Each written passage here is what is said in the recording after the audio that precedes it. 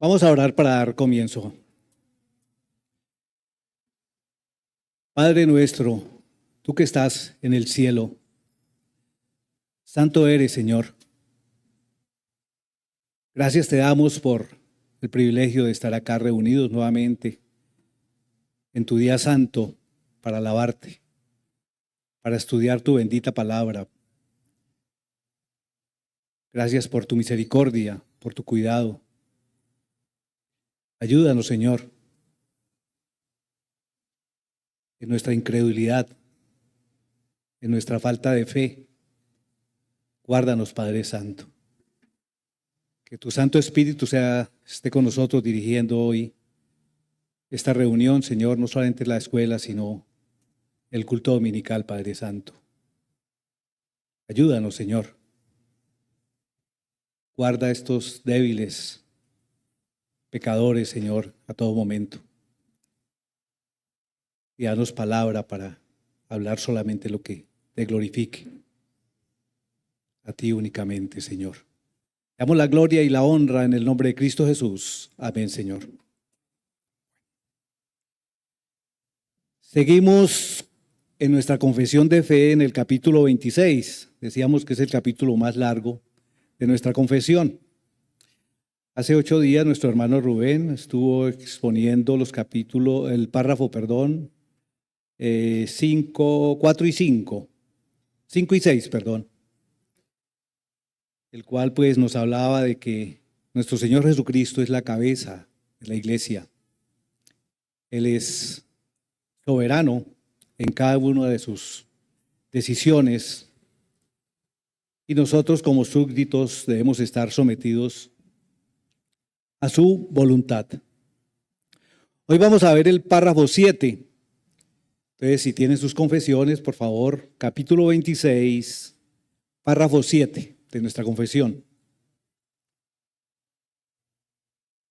Dice: a cada una de estas iglesias así reunidas, el Señor, conforme a su voluntad declarada en su palabra, ha dado todo el poder y autoridad en cualquier sentido necesario para realizar el orden en la oración y en la disciplina que Él ha instituido para que lo guarden, juntamente con mandatos y reglas para el ejercicio propio y correcto y la ejecución del mencionado poder.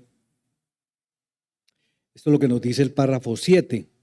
La confesión sostiene que a cada congregación se le ha concedido poder y autoridad para que sea capaz por sí misma de cumplir todas las tareas asignadas por Dios, ya se trate de cuestiones de culto o de disciplina.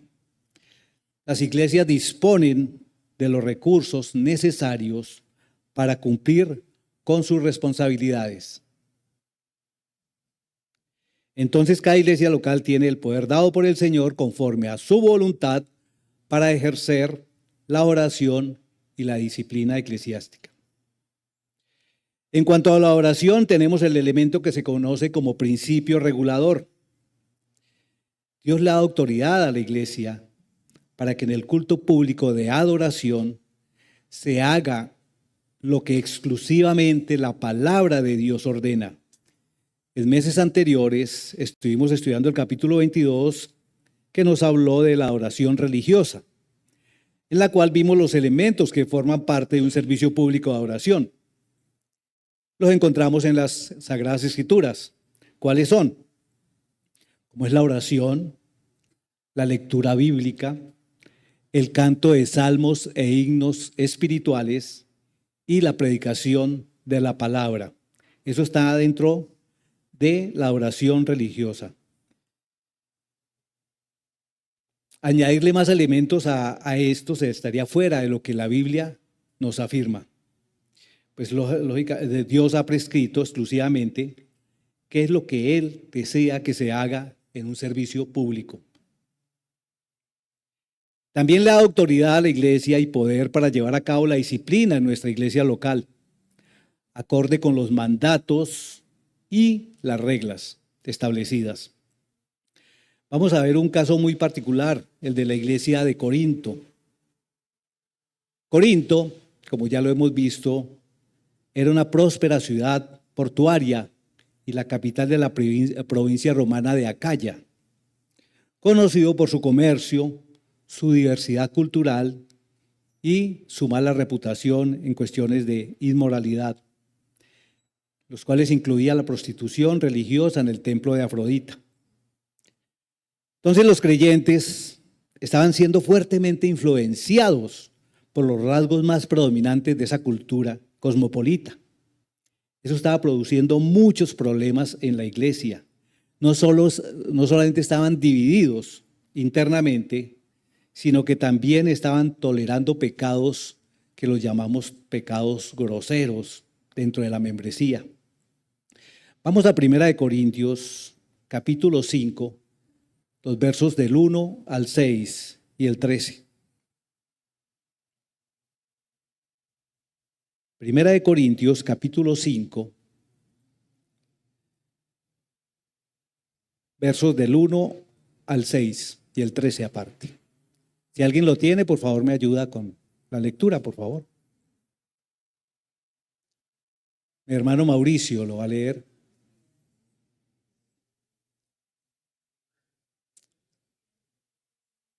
¿Quién tiene el micrófono?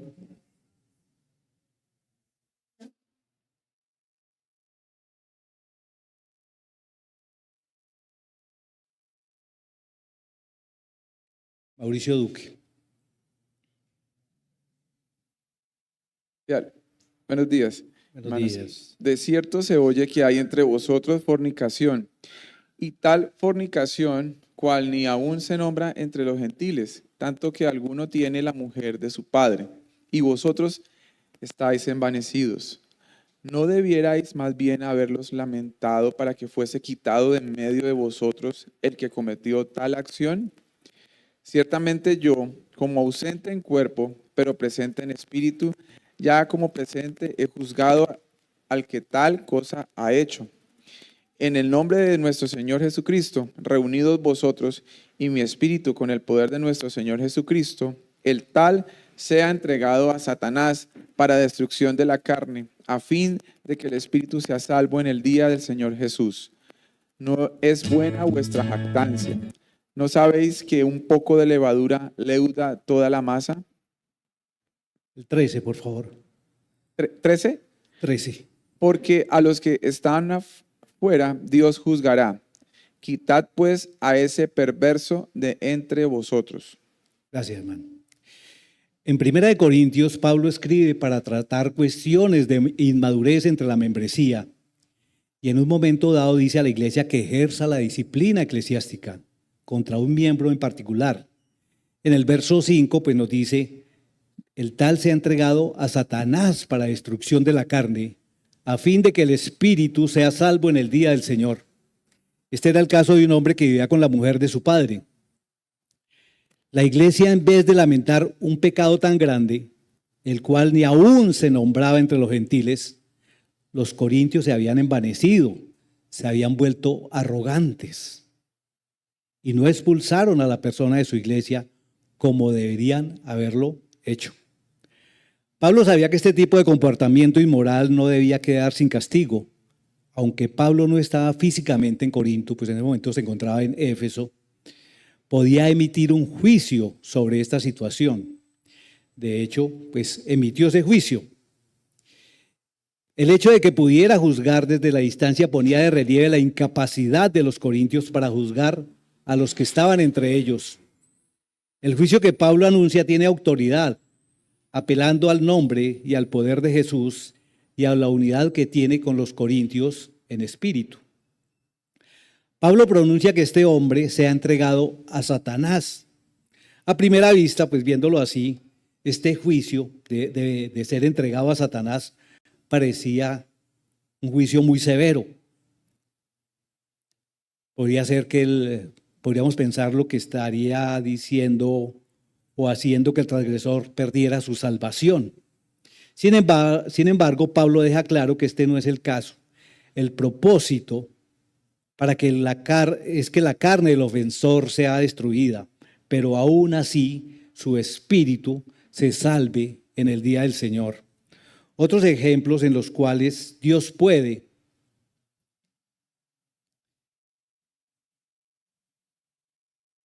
y pudo imponer consecuencias físicas y juicios, aunque nunca pues, va a anular la salvación que ha ofrecido, es el de Ananías y Zafira, ¿cierto?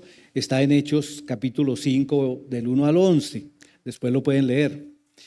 Ya lo sabemos, que ellos mintieron al Espíritu Santo. ¿Y qué pasó con ellos? Murieron, ¿cierto? Por ese hecho. Pablo menciona que algunos creyentes en Corintio estaban enfermos y debilitados y algunos morían. ¿Eso a causa de qué? De que estaban tomando la cena del Señor en forma indigna. Entonces, también lo vemos en 1 Corintios capítulo 11. Entonces, esta es una serie de cosas o de ejemplos en los cuales, pues, hay consecuencias que pueden ser físicas y juicios establecidos por Dios mismo cuando hay algún pecado. Eso pasó en la iglesia de Corinto y pasa con muchas iglesias en este tiempo.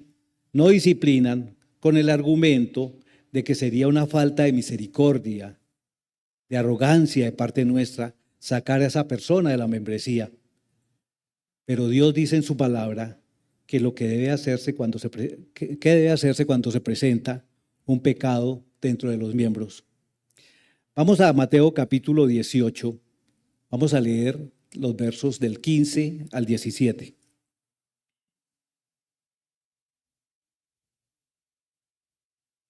Mateo capítulo 18 del 15 al 17. Dice el verso 15, voy a leerlo yo. Por tanto, si tu hermano peca contra ti, ve y repréndele, estando tú y él solos. Si te oyere, has ganado a tu hermano. O sea, si yo veo a un miembro de mi iglesia, a la cual pues yo considero que es mi hermano, haciendo algo incorrecto, la Biblia que me dice que yo debo hablar con ese hermano, solo, en privado. Si me oye él, pues he ganado a mi hermano. Se acabó el problema. No tiene que comentarse con otras personas. Si evidentemente se arrepintió, gloria a Dios. Damos la gloria a Dios por ese hermano que se ha restituido. Ese es el orden debido porque pues a discreción lo llama Dios. En el verso 16 nos dice, mas si no te oyere, toma aún contigo uno o dos, para que en boca de 2 o 3 testigos conste toda palabra. ¿Quiénes son esos 2 o 3 testigos? Cualquiera que yo consiga por ahí en la calle, no, ¿cierto? Tiene que ser un miembro de mi iglesia, un hermano en la fe. El 17, si no los oyere a ellos, dilo a la iglesia, y si no oyere a la iglesia, tenle por gentil y publicano. ¿Cuál iglesia? Pues la nuestra, donde nos reunimos. No podemos ir a otra iglesia a presentar ese caso. Entonces, si no oye a la iglesia, hay que tratarlo como una persona que no conoce a Dios. No importa lo que él diga. Cuando nosotros decidimos echar a un lado la disciplina eclesiástica, no estamos siendo más humildes ni más misericordiosos. Por el contrario, estamos siendo arrogantes ante Dios, porque estamos diciendo sin palabras que nosotros somos más sabios y más misericordiosos que Él. Dios dice esto, es lo que deben hacer. Nosotros decimos, no Señor, nosotros tenemos la razón, tenemos una mejor idea. ¿Para qué? Porque a ti, Señor, te falta misericordia. Eso sería jactancia, arrogancia de parte nuestra. Eso es lo mismo que ocurre muchas veces con los padres en la crianza de los hijos, ¿cierto? La Biblia habla claramente del tipo de disciplina que los padres deben aplicar a sus hijos desobedientes. Dice en Proverbios capítulo 22, verso 15, la necedad está ligada al corazón del muchacho, mas la vara de la corrección la alejará de él. En Proverbios 23:13, ¿qué nos dice? No rehúses corregir al muchacho, porque si lo castigas con vara, no morirá. Es innegable que muchos padres han abusado de su autoridad a la hora de disciplinar a sus hijos, pero esa realidad no elimina la enseñanza de esos textos. Deciden hacerle más caso a la psicología moderna antes que a Dios. Estos padres están actuando con arrogancia. Están cometiendo el mismo pecado que cometieron los corintios, al dejar a un lado la sabiduría de Dios para abrazar de nuevo la sabiduría del mundo. Amados hermanos, cuando un psicólogo, no importa los títulos que tenga, dice algo que es contrario a la palabra de Dios, entonces podemos decir como Pablo en Romanos capítulo 3, verso 4, sea Dios veraz, todo hombre mentiroso. El Señor siempre tiene la razón. Por favor, vamos a Timoteo, 1 Timoteo 1:20, por favor. Ahí encontramos un ejemplo también de cómo Pablo, pues, echa a unos hermanos, los expulsa. Voy a leerlo. De los cuales son Himeneo y Alejandro, a quienes entregué a Satanás para que aprendan a no blasfemar, ¿cierto? Entonces él los entregó también. Muchos cristianos no han entendido del todo lo que una iglesia es, ni lo que significa ser miembro de una iglesia, estar comprometido con ella. No es lo mismo venirse a hacerse miembro de una iglesia que hacerse miembro de un club social. La iglesia es una comunidad de personas que han sido salvadas por el poder de Dios y unidas unas a otras por el vínculo del Espíritu Santo. Esa comunidad de creyentes tiene la autoridad de recibir nuevos miembros que profesan creer en Cristo, pero también tiene la responsabilidad y la autoridad de excluir de su membresía a todos aquellos que deciden entregarse a una vida de pecado, a pesar de haber sido llamados al arrepentimiento. Eso es lo que nos dice Mateo capítulo 18. Entonces estamos hablando del poder autoritativo de la iglesia. Ese poder es tan impresionante, hermanos, y tan trascendente, porque nos los ha dejado Dios. Ya que cuando la iglesia se reúne, la Biblia dice que Cristo con su poder habita allí, y todo lo que se decide en la iglesia será ratificado por nuestro Padre Celestial. De ahí la importancia, mis hermanos, la importancia de que seamos miembros de nuestra iglesia. Es una invitación a todos los que aún están pensándolo, los que aún quieren, pero como que les da susto, como que les da miedo comprometernos o comprometerse a estar dentro del cuerpo de Cristo es algo maravilloso y nos da una autoridad, pero también nos da responsabilidades, lógicamente, derechos y deberes.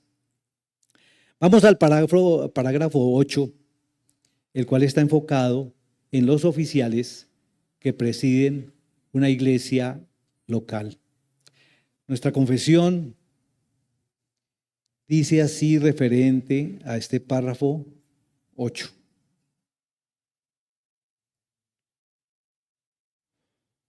Una iglesia local reunida y completamente organizada de acuerdo con la voluntad de Cristo está compuesta por oficiales y miembros.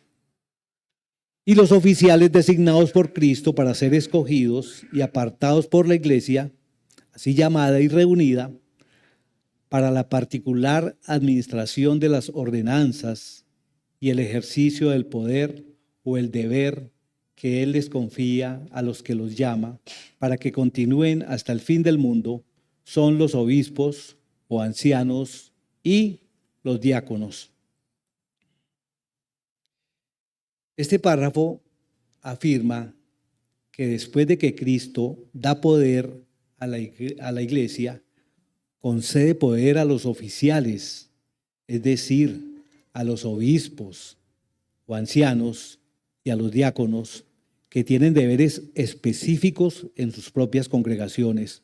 Su señorío se demuestra en el gobierno de las iglesias. Los mandamientos eclesiológicos de las Escrituras son universales, necesarios para la vida de todas las iglesias en todos los lugares, siempre que esté reunida, ya que puede haber iglesia aun cuando no tengan ancianos y diáconos, a la que llamaríamos una iglesia incompleta, debido a que los ancianos y diáconos no son la esencia, sino más bien su bienestar. Entonces, nosotros tenemos iglesia, a pesar de que no tenemos pastor. Nuestro pastor, pues, es un bienestar para nosotros. En este momento estamos como medio semi-incompletos, ¿cierto? Ya que tenemos un oficial que es el diácono. La idea es tener tanto pastor o pastores y diácono o diáconos. Thomas Goodwin, no sé si lo pronunció muy bien, escribió: aquellas reuniones con todos los miembros tienen todos los privilegios de un cuerpo, pero una iglesia que tiene una compañía de ancianos es un cuerpo para Cristo y está completamente organizada. Entonces, aquellas reuniones con todos los miembros tienen todos los privilegios de un cuerpo, pero una iglesia que tiene una compañía de ancianos es un cuerpo para Cristo y está completamente organizada. ¿Qué nos hace falta para estar organizados? Elegir a nuestros pastores y ojalá más diáconos. Cuando una iglesia está completamente organizada, el Señor es quien ha designado a los oficiales, los cuales fueron reconocidos por la iglesia. Aquí vemos que el Señor elige a los oficiales y la iglesia los recibe y ratifica. Esto apunta al llamado interno y externo al ministerio.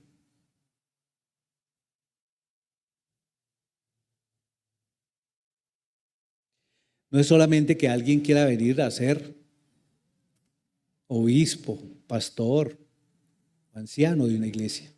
No, eso de tener un llamado, ¿cierto? Eso es algo que el Señor coloca internamente en esta persona. Y hay unos requisitos que más adelante vamos a verlos. Filipenses 1:1. Si alguien, por favor, me colabora.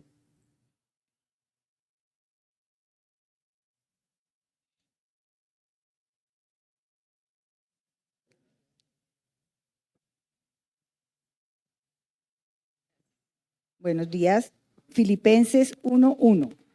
Pablo y Timoteo, siervos de Jesucristo, a todos los santos en Cristo Jesús que están en Filipos, con los obispos y diáconos. Aquí el saludo de Pablo y Timoteo en Filipenses hace ese saludo a todos los santos, a todos los miembros de esa iglesia allá en Filipos, pero hace un saludo muy especial para los obispos y los diáconos. Hace esa distinción en ese primer versículo.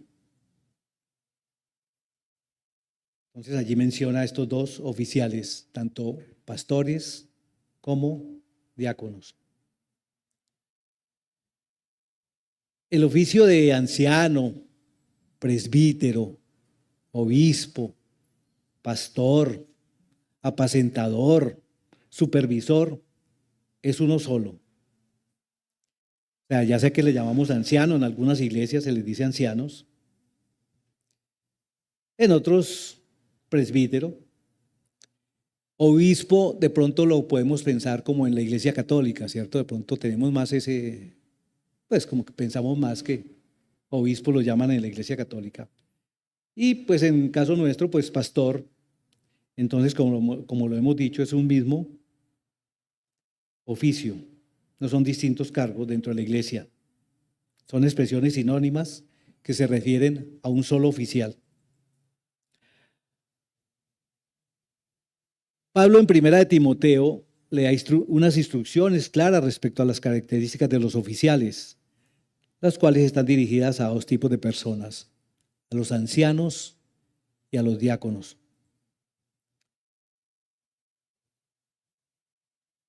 Primera de Timoteo, capítulo 3, vamos a leer del 1 al verso 13. Primera de Timoteo, capítulo 3, versos del 1 al 13. Yo lo leo. Dice la palabra del Señor. Palabra fiel. Si alguno anhela obispado, buena obra desea, pero es necesario que el obispo sea irreprensible, marido de una sola mujer, sobrio, prudente, decoroso, hospedador, apto para enseñar, no dado al vino, no pendenciero, que provoca problemas, ¿no? No codicioso de ganancias deshonestas, sino amable, apacible, no avaro, o sea, una persona generosa, que gobierne bien su casa, que tenga a sus hijos en sujeción con toda honestidad.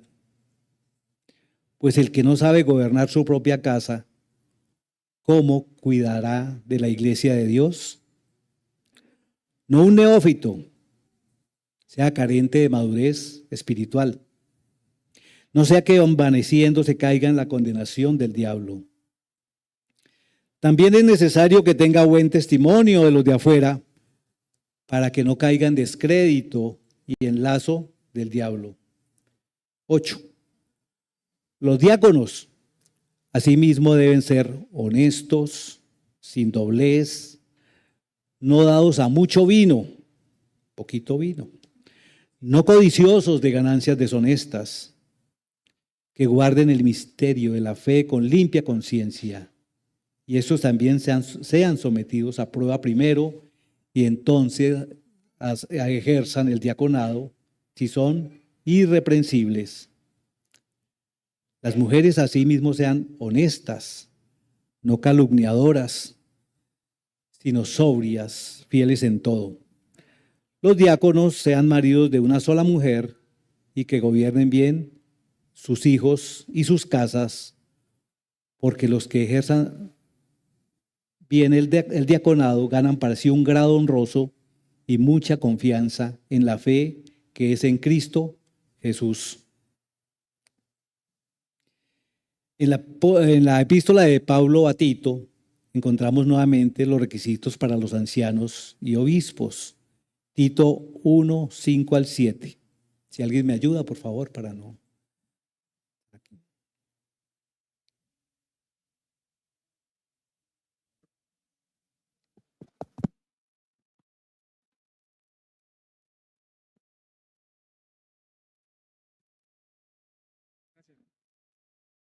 Tito 1 del 5 al 7. Por esta causa te dejé en Creta, para que corrigiese lo deficiente y establecieses ancianos en cada ciudad, así como yo te mandé. El que fuera irrepresible, marido de una sola mujer, y tenga hijos creyentes que no estén acusados de disolución ni de rebeldía, porque es necesario que el obispo sea irrepresible como administrador de Dios, no soberbio, no iracundo, no dado al vino, no pendenciero, no codicioso de ganancias deshonestas. Gracias, mi hermano.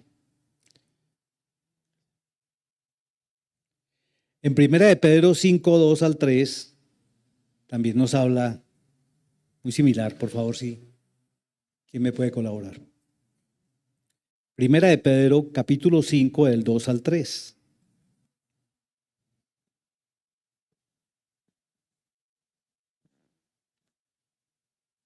Buenos días, hermanos. Primera de Pedro 5, 2 al 3.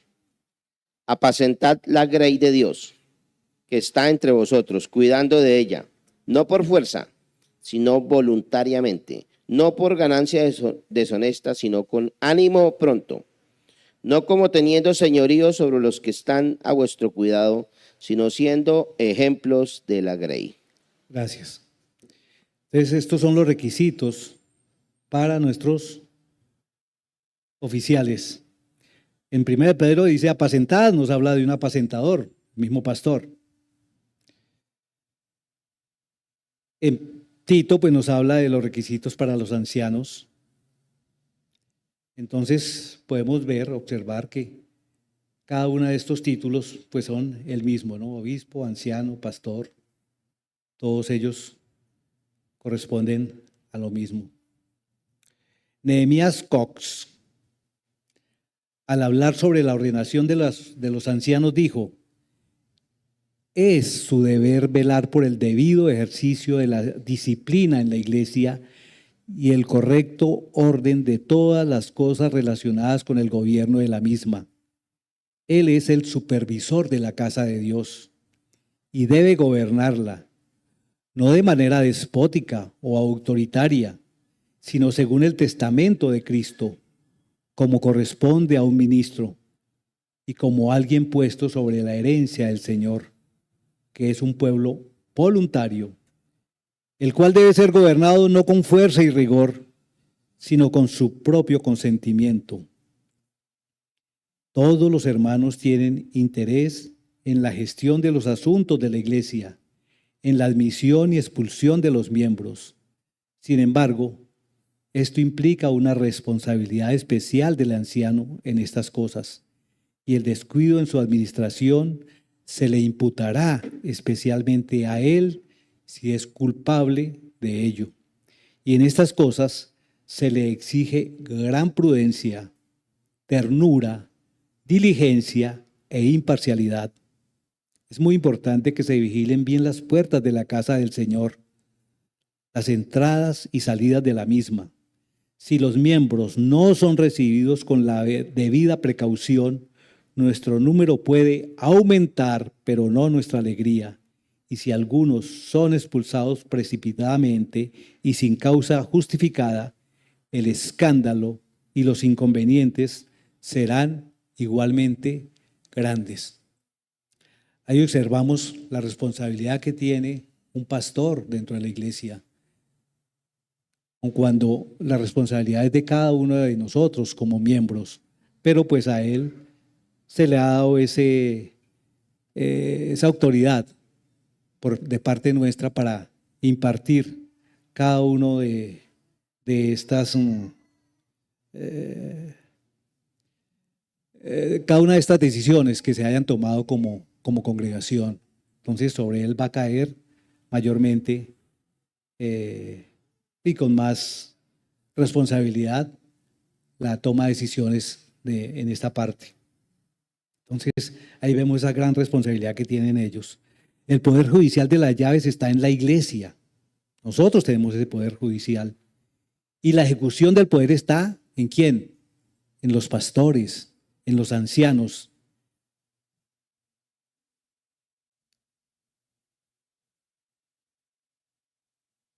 Él admite a los miembros o pronuncia la sentencia disciplinaria en nombre de la iglesia. Él no actúa solo en esto, sino como la persona debidamente encargada de la responsabilidad de ser el portavoz de la iglesia.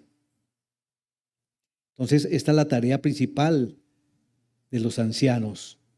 Su tarea, lógicamente, es apacentar, compartir la palabra del Señor, alimentar a la grey, exponer los textos en forma limpia, bien trazada la palabra, pero también la responsabilidad de disciplinar recae sobre él, lógicamente dada por los miembros de cada congregación.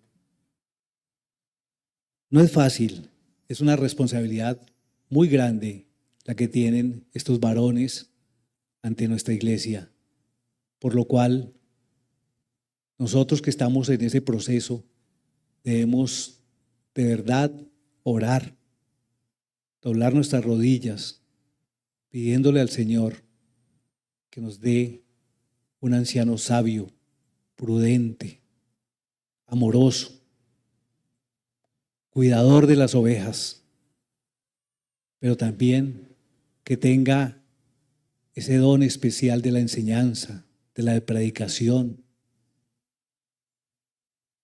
Tenemos que orar por ello. Y si es posible, ayunar por ello. Hay casos especiales de ayuno y yo creo que este es uno de esos.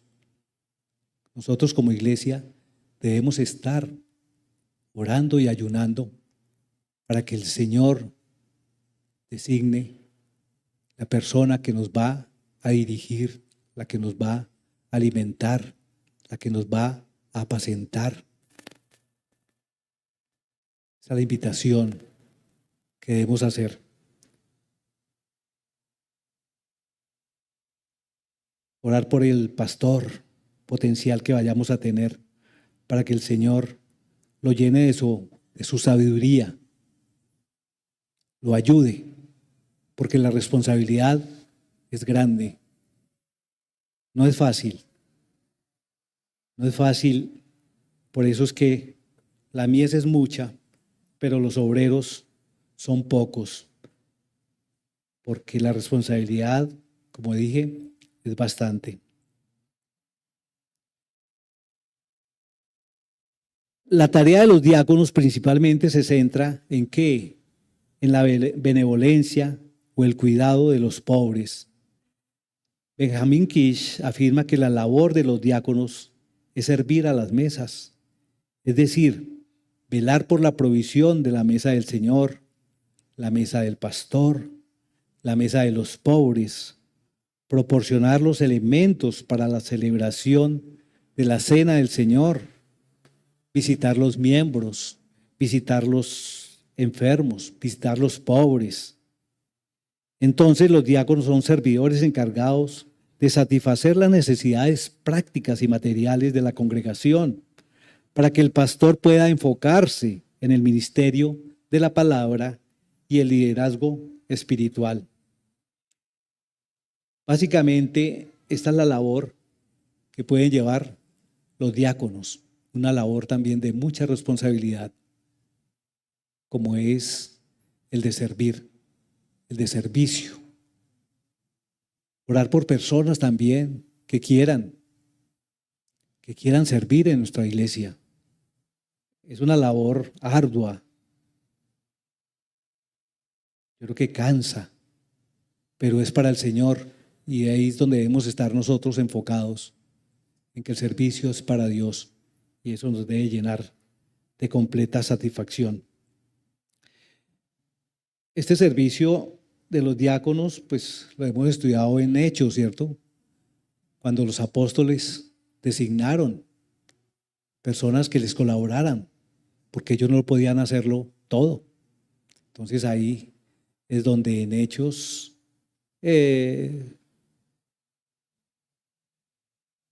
en vista de que los apóstoles estaban atareados con tanta cosa, pues deciden nombrar ayudantes, servidores. Nos acordamos de Esteban, entre ellos, entre esos diáconos que estuvieron en ese momento. No sé, este capítulo o estos versos que hemos visto, versos 7 y 8, pues los hemos estado analizando en muchas oportunidades acá en nuestra congregación, lo que corresponde a la disciplina bíblica y lo que corresponde a los requerimientos para ser oficial dentro de dentro de una iglesia. No sé si alguien tenga un aporte que pueda hacer referente a ello. Pues lo hemos estado estudiando bastante, ¿no? En este año que ha pasado, este año que llevamos también, referente a la disciplina en nuestra congregación, eso lo hemos visto bastante, y la elección de diáconos y de oficiales, los cuales pues lógicamente por el momento que estamos pasando, pues lo hemos estado estudiando, no lo hemos estado mirando, lo hemos estado estudiando bastante sobre eso. Tenemos bastante conocimiento. Entonces, si alguien me puede ayudar a aportar o si tiene alguna pregunta, pues podemos hacerlo. Mi hermano Diego, luego mi hermano Ángel. Bien. Muchas gracias, hermano, muy amable. Dios le bendiga por su servicio. Pues mi hermano, solamente de pronto agregar un poco más en el párrafo 26.7 en cuanto a el orden de la adoración, ¿no? Dice acá, ha dado todo el poder y autoridad en cualquier sentido necesario para llevar adelante ese orden en la adoración y la disciplina. Entonces, también tener muy en cuenta algo que usted enfatizaba mucho, ¿no? Estamos hablando de la casa de Dios. Estamos hablando de realmente algo que es mucho más grande de lo que nosotros nos podemos llegar a imaginar. Es algo de verdad que debe ser para nosotros tan honroso, tan maravilloso poder servir en la casa de Dios y entender qué es la casa de Él, ¿sí? Y Él precisamente permite que su iglesia, por lo menos en la parte del orden de la adoración, que es lo que nosotros, no sé si todos, es bueno no asumir que todos lo sabemos, pero hay algo que se denomina el principio regulador de la adoración, ¿no? Entonces nosotros, como esta no es nuestra casa, sino es la casa de Dios, nosotros no hacemos lo que queremos ni como queremos hacerlo, sino conforme a lo que Dios ha establecido en su palabra. Y eso incluye, obviamente, todo lo referente a la adoración.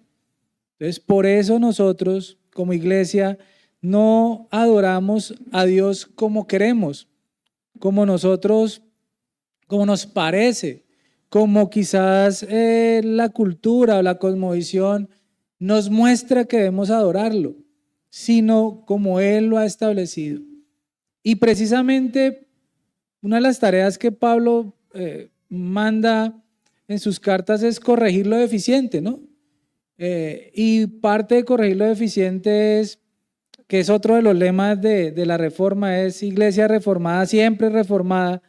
Nosotros siempre tenemos que estar mirando qué aspectos de la adoración que quizás ayer entendimos que estaban bien, pero hoy nos damos cuenta que tienen que ser corregidos, tienen que ser corregidos. Así tengamos que decir, nos equivocamos ayer, pero hoy tenemos que hacer lo que el Señor nos ha llamado a hacer. Entonces, el principio regulador de la adoración es tan importante en la administración que la iglesia, que los miembros, quienes conformamos la iglesia, debemos tener en mente como la disciplina, ¿sí? Y recordar también que la disciplina debemos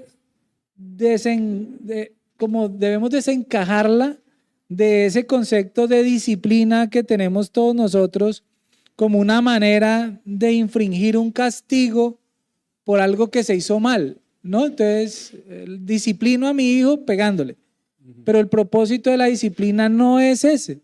El propósito de la disciplina bíblica es precisamente todo lo contrario. Es que ese hijo o ese miembro pueda ser ganado para Cristo por medio del amor, porque la disciplina refleja no una fortaleza desmedida, sino un amor que realmente refleja al dueño de la iglesia, que es Cristo.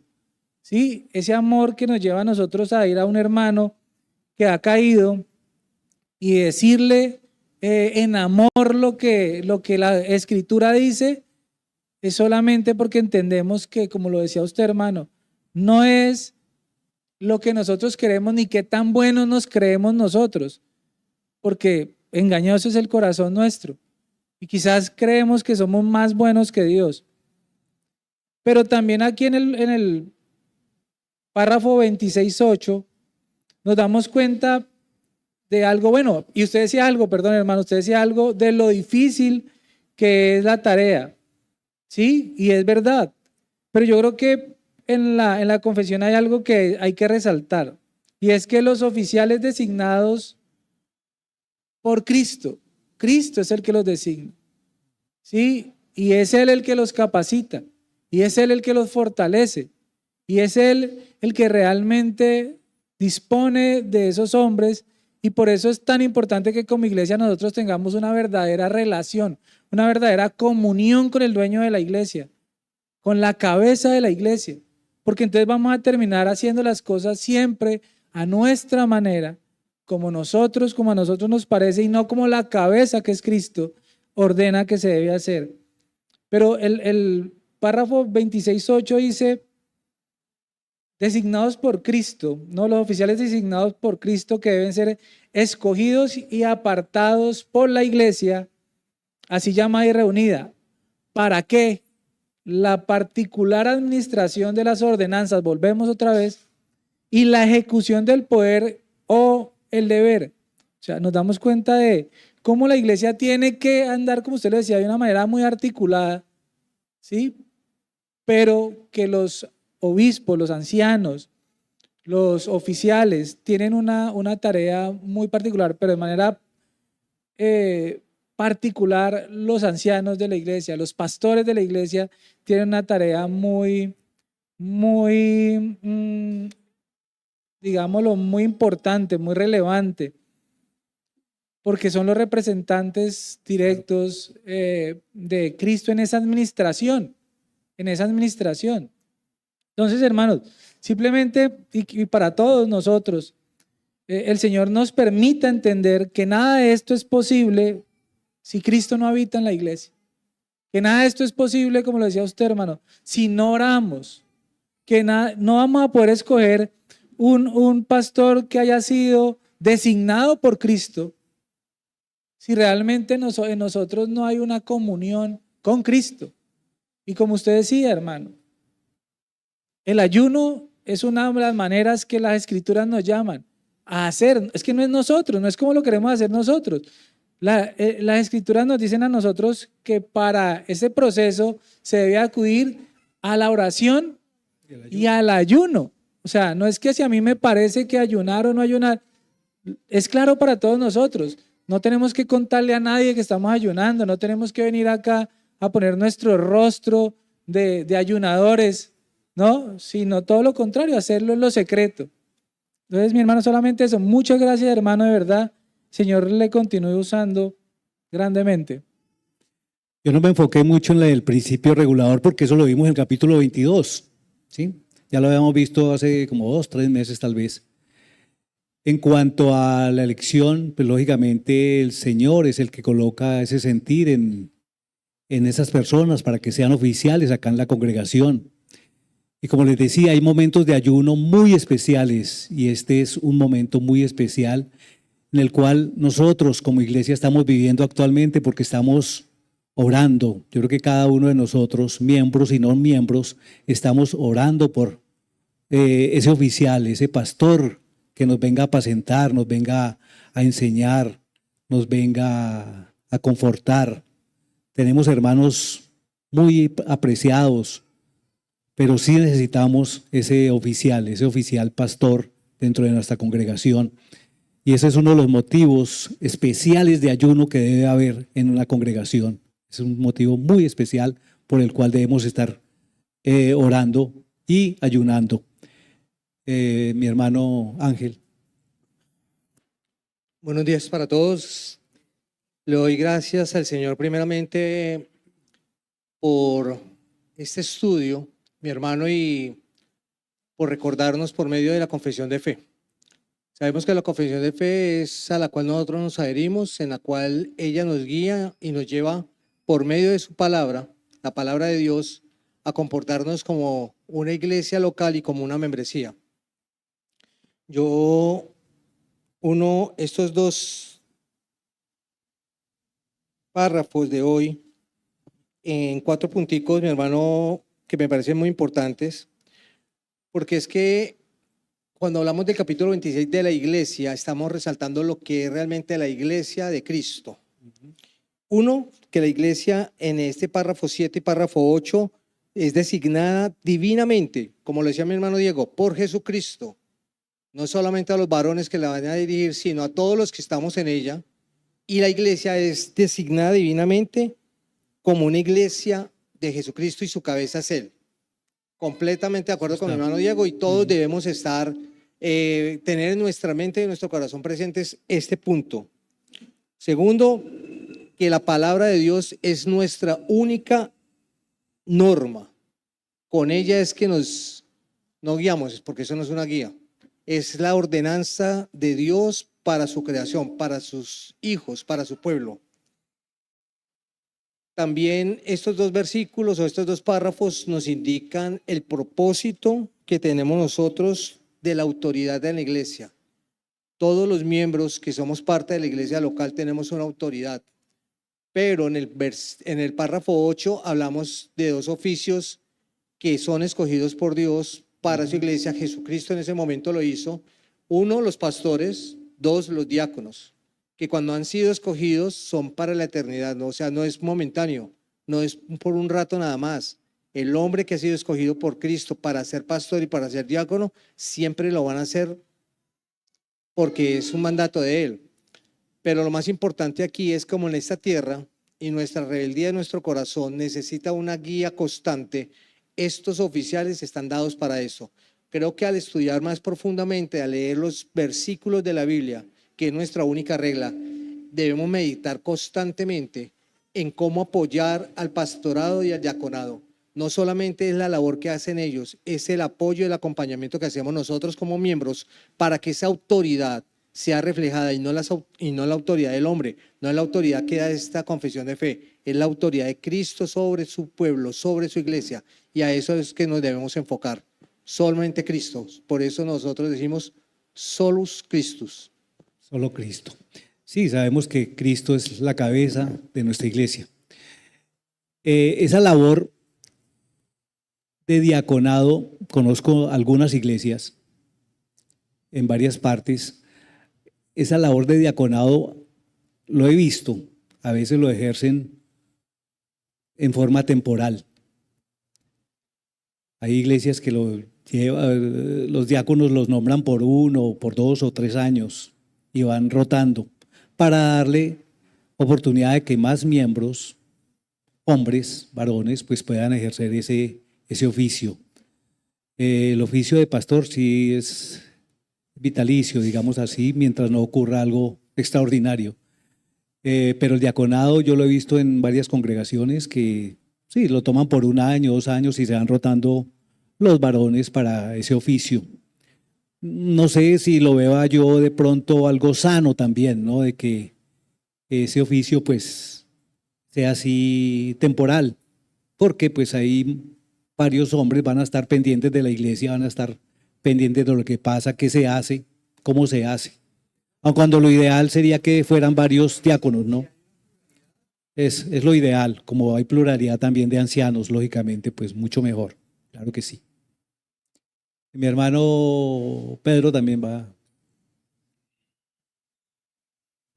Buenos días, hermanos. Gracias, hermano, por la enseñanza, pero a mí siempre me ha generado la siguiente cuestión sobre el diaconado. Y en 1 Timoteo, en el versículo 8 dice: los diáconos asimismo deben ser honestos, sin doblez, no dados a mucho vino, no codiciosos de ganancias deshonestas, que guarden el ministerio de la fe con limpia conciencia, y estos también sean sometidos a prueba primero y entonces ejerzan el diaconado si son irreprensibles. Y viene el punto que siempre me ha generado a mí la cuestión, es las mujeres asimismo sean honestas, no calumniadoras, sino sobrias, fieles en todo. Y vuelve otra vez a los diáconos sean maridos de una sola mujer y que gobiernen bien sus hijos. O sea, la cuestión es, sé que no hay unos requisitos para las mujeres, ¿sí? En el requisito de los obispos no nombra a las mujeres, solamente los obispos, pero en el requisito de los diáconos sí nombran a las mujeres en la mitad de los requisitos, queda ahí como en la mitad. Entonces me genera a mí, yo sé que en Hechos, si fueron escogidos, fueron varones, ¿sí? Hombres, pero aquí en los requisitos no sé por qué queda ahí como en la mitad. Me ha generado esa duda siempre. Ahí podríamos hablar también de Romanos 16, habla de Febe, ¿cierto? Diaconisa. ¿Sí? Entonces uno dice, pero, o sea, habían mujeres diáconos. En algunas iglesias reformadas hay mujeres diáconos o diaconisas. Prestan una labor Lógicamente el diácono es de servicio, ¿sí? Entonces las mujeres también prestan ese servicio especial. De pronto no son ungidas, digamos así, pero sí se les da esa autoridad, esa autoridad para visitar, por ejemplo, otras mujeres que están enfermas, para consolar viudas, para visitar personas con requerimientos financieros. Entonces es como un diaconado, pero no en primera, sino en segunda, ¿sí? No tan formal, digamos así, pero algunas iglesias lo tienen. No sé si leí alguna vez lo de Calvino, en esa época, siglo XVI, XVII, no sabría decir ahí.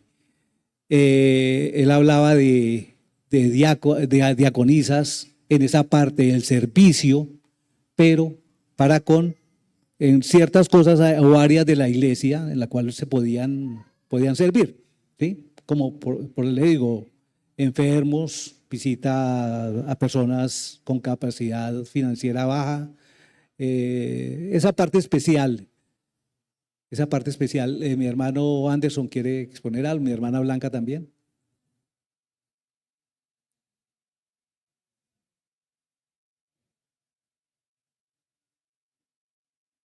No.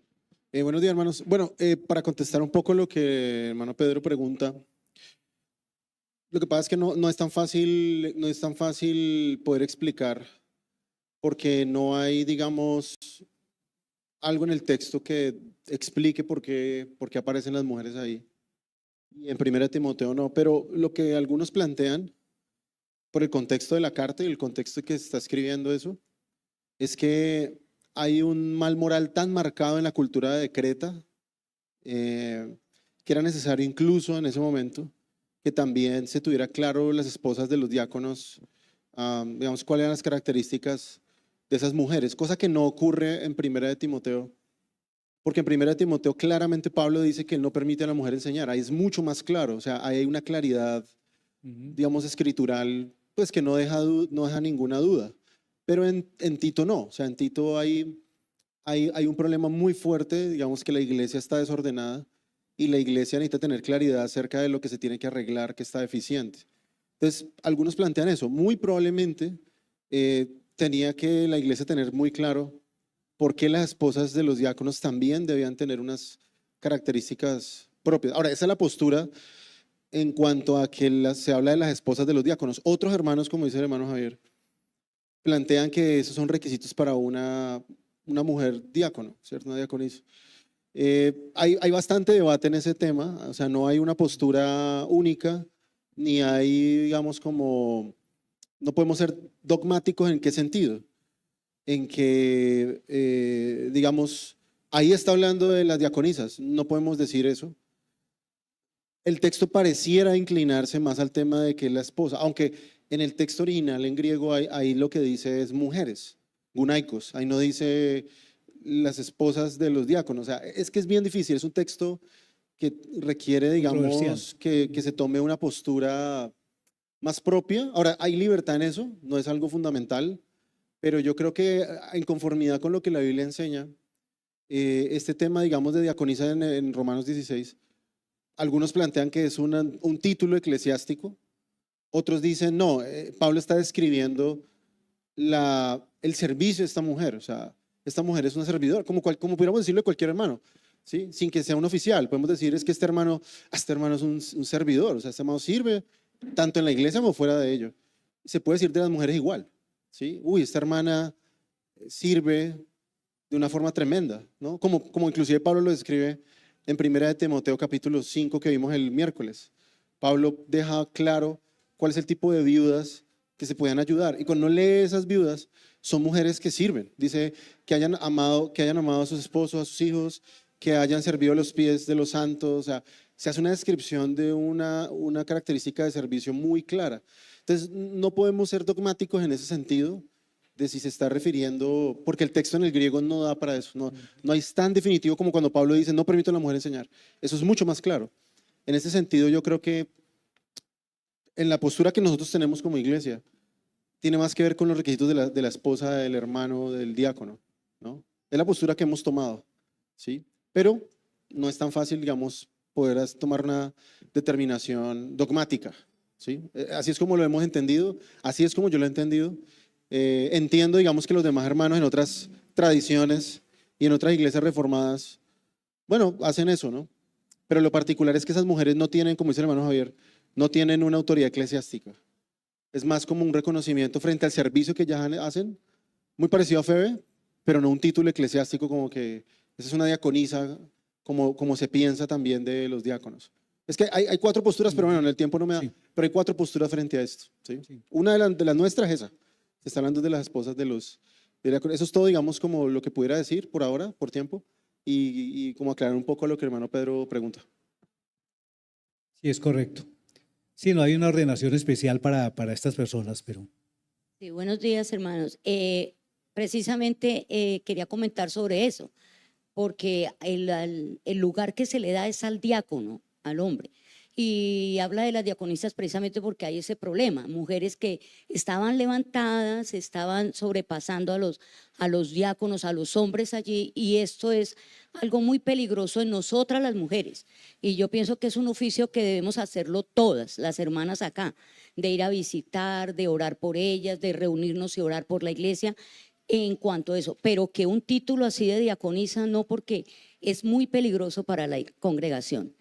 Hay ministerios que han salido de ahí de la diaconisa, ¿sí? Entonces es delicado. Y otra cuestión es lo de que hablaba del ayuno para el pastor, para elegir al pastor. Me parece espectacular que sí, nosotros como iglesia nos reunamos, saquemos el tiempo para ayunar y orar por esto, porque es algo trascendental para nuestra iglesia, ¿sí? No es porque a mí me caiga bien, no es porque yo lo veo, sino que realmente tenga ese llamado y la necesidad que tenemos como iglesia, ¿sí? Entonces es algo que sí debemos reunirnos nosotros y orarle al Señor para que sea el pastor que Dios tiene para nosotros, ¿sí? Era mi opinión y sí se